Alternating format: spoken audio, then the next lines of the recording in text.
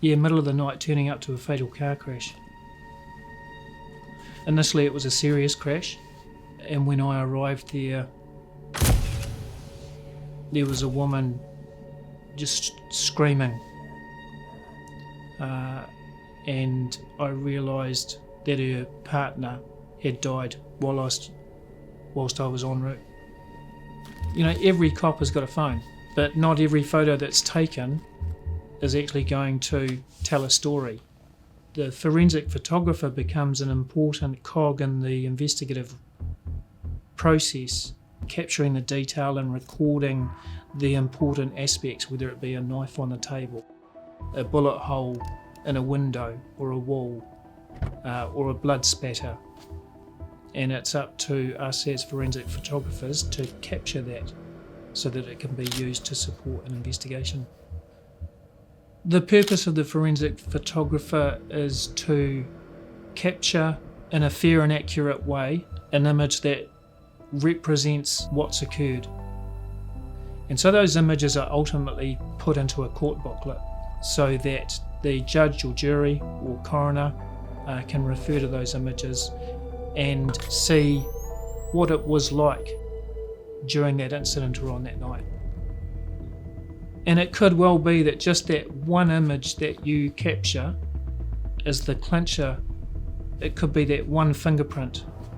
It could be that one item on a table that they've left behind that proves that they were there or they did what they did.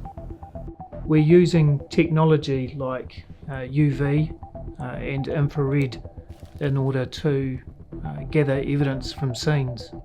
It could be that we need to match a shell casing with a particular weapon. So we'll be looking for striations on the side of the shell casing. We'll be using the scales to facilitate the measurements.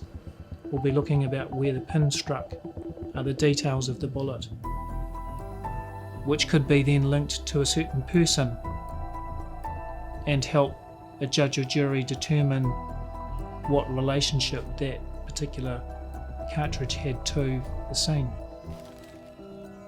And it could be just that piece of evidence that might link an offender to the keys, to the location, and to a crime. That's why it's important for me as the forensic photographer to take that wide-angled shot so that it actually captures that piece of evidence, whether it's relevant at that point in the investigation or becomes relevant later on down the track. I attended an aggravated burglary. A woman had been seriously assaulted inside her house,